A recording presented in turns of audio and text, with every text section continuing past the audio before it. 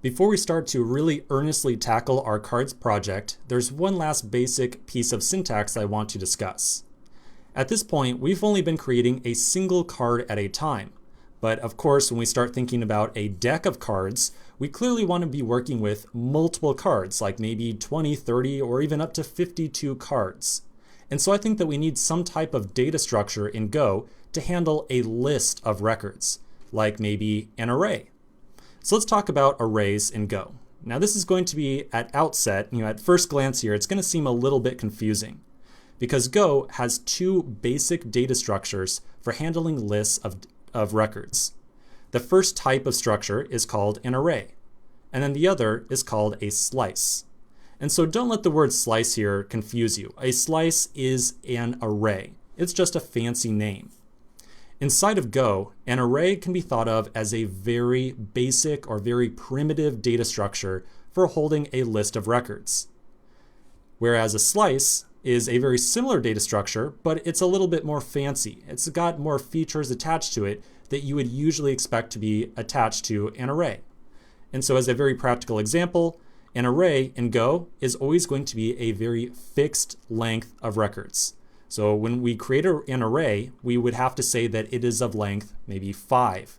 So then at that point in time, we could only ever have 5 playing cards inside of an array. On the other hand, a slice is like an array that can grow or shrink at will. And so we can add on new cards or subtract cards out of a slice. Besides that, slices and arrays both must be defined with a data type. And so whenever we have an array or a slice, every single record inside of it must be of an identical type. And so in this top example right here, we see that we have a slice with 3 records inside of it. Each of them appears to be a string. So we have 5 of diamonds, 3 of diamonds, and 5 of diamonds. However, on the example down here, and I know the red line is in the way, so let me move it for just a second, you'll see that our first record has a string of 5 of spades, and then the second record appears to be a number, which is definitely not a string. And so this code right here, or this type of data structure, would throw an error because we have dissimilar types inside of a single slice. So let's flip back over to our code editor and figure out how we create a slice. Back inside of our main.go file, I'm going to first start off by deleting everything inside the main function. So rather than making a single card, I want to figure out how to make multiple cards at a time. All right, so now instead, I'm going to create a new variable called cards to indicate that there are going to be multiple cards inside this thing. Because this is going to be a new variable that I'm declaring, I'm going to use the : syntax. Now I'm going to declare my slice. And inside of this slice, I want to put maybe 1 or 2 or 3 different cards.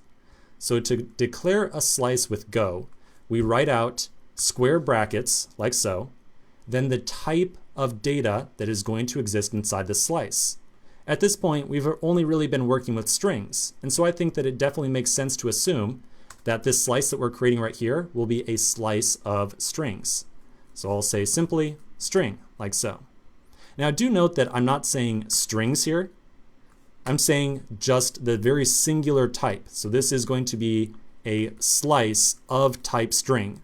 So you want to think of it with that type of terminology, a slice of type string rather than a slice of strings like so. Because if you say a slice of strings, you're going to make a typo like so. So this would be invalid syntax right here. Now to specify the elements that exist inside the slice, we place a set of curly braces like so. And then we can freely place all the different elements or all the different records that we want to place inside this slice inside of these curly braces. So maybe our card slice should have 2 cards inside of it. To do that, we could say new card and new card, like so. Now because this is a slice of strings, we don't always have to call a function here. We could just as easily place in a very manually created string like so. So maybe ace of diamonds. And let me zoom out for a second just so you can see this line. There we go. Now, when I save the file, you're going to very quickly see an error message here. And this is a common error message that you're going to see as you start to really develop code. So there's nothing actually wrong with this line of code that we just added. If you hover over the line, you'll see that it says the cards variable was declared and not used. And so that's really why we've had that print line statement up here so long, or just to make use of the variable. Because if you declare a variable but you don't use it, Go is going to start to complain at you. And so let's add in that print line statement again. We'll say fmt print ln and then cards, like so. And now when I save the file, that error message is going to go away.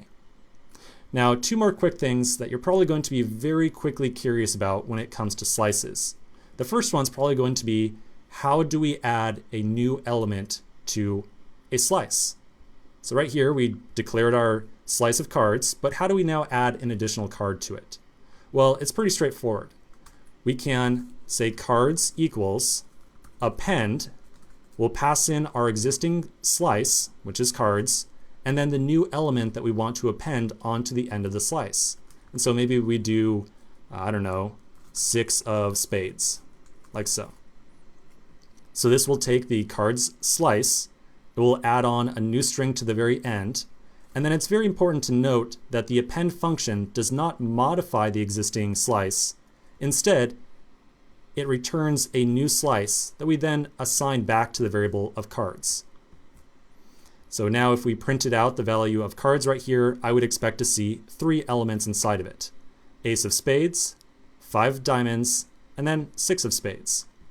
Now that little part that I just mentioned about how append does not modify the card slice and instead it returns a new one is actually a very important fact inside of Go.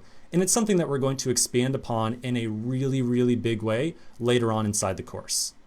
Now I know this is turning into a long section, but there is one last thing I want to talk about, and that is how we can iterate over a slice. So how do we say maybe iterate over the card slice and print out the value of every card inside of it? Well, let's examine how we would do that. So I'm going to write out the code to iterate over our slice of cards, and then we'll examine the syntax a little bit. So just follow along with the code that we write, and then we'll talk about exactly what it's doing in just a second. So I'm going to say for I, comma, card, colon equals, range cards. We'll place curly braces, and then inside there we'll say fmt dot, print ln, card. And you know what, let's also do I. We'll do I, comma, card, like so. And I'll save this, and it looks like I don't have any errors. Now before we talk about the syntax, let's run this code at the terminal really quick just to verify that it works. So if it does work, I'm going to expect to see hopefully 3 print statements where each print statement should have the index of a particular card in the slice and then the value of that element in the slice as well. So I'm going to flip on over to my terminal.